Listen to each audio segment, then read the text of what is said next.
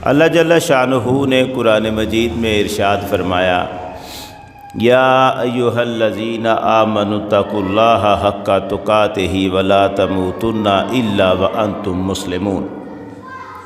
اے ایمان والو، اللہ سے ڈرو جیسا اس سے ڈرنے کا حق ہے، اور مرنا تو مسلمان ہی مرنا۔ اس آیت مبارکہ میں پروردگار عالم نے بڑے الگ انداز میں ہمیں حکم دیا ہے۔ یہاں صرف ڈرنے کا نہیں کہا گیا کہ اللہ سے ڈرو، بلکہ فرمایا ایسے ڈرو جیسے ڈرنے کا حق ہے۔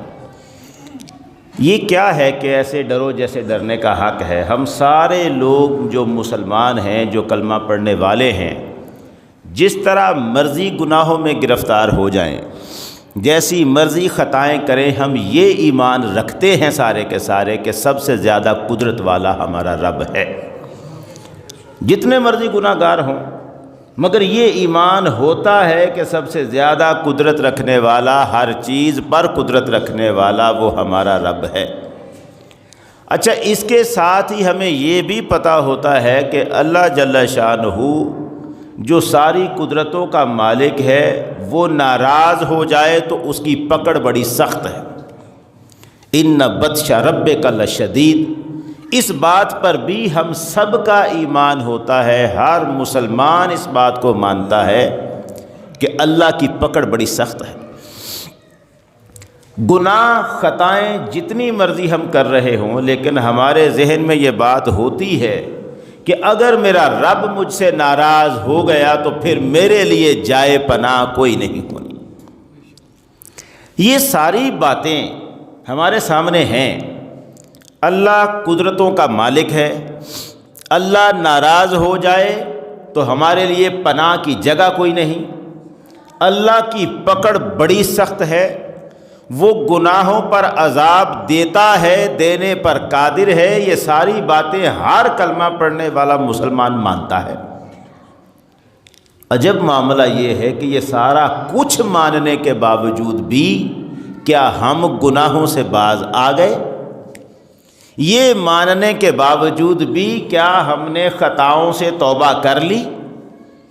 یہ تو پتہ ہے کہ اللہ کی پکڑ بڑی سخت ہے، یہ بھی پتہ ہے کہ وہ ناراض ہو جائے تو ہمارے لیے پناہ کی کوئی جگہ نہیں، لیکن پھر بھی ہماری زندگی کا جو رویہ ہے، ایک ہوتا ہے غلطی ہو جانا، کبھی کبھار خطا ہو گئی، گناہ ہو گیا، کوئی وقتی کیفیت آئی، کہیں عزت بچانے کا مسئلہ آیا، کبھی جھوٹ بول لیا کہ آج نہیں بچ سکتا اگر میں سچ بولوں گا۔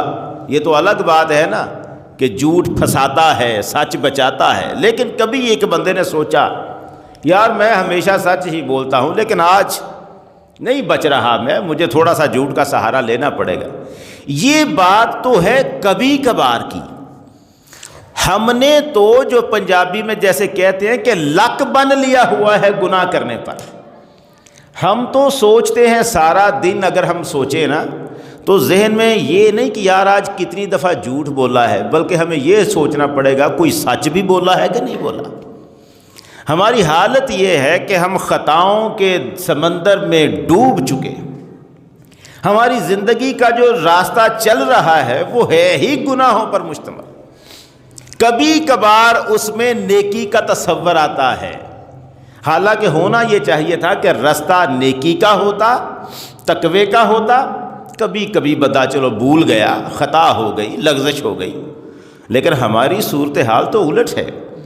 ہم تو ہر لمحہ زندگی خطا کی گزار رہے ہیں، گناہ کی گزار رہے ہیں، نافرمانی کی گزار رہے ہیں، اور اس میں کبھی کبھار کوئی اچھائی کا کام ہو جاتا ہے تو ہمیں ساری اپنی برائیاں ویسے ہی بھول جاتی۔ ہم سوچتے ہیں کہ ہم تو بالکل نیک لوگ ہیں اور ہم نے تو کوئی ایسی غلطی کی ہی نہیں۔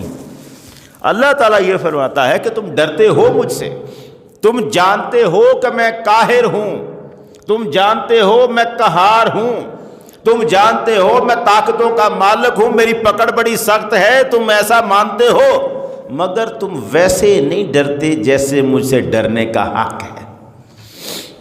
مجھ سے ڈرنے کا جو حق تھا وہ کیا تھا کہ تمہیں لوگوں کے سامنے برائی کرتے شرم آتی ہے، لیکن تنہائی میں جب ہوتے ہو تو میرا خیال نہیں کرتے، تو اس وقت یہ نہیں ہوتا کہ لوگ تو مجھے نہیں دیکھ رہے، میرا رب تو مجھے دیکھ رہا ہے۔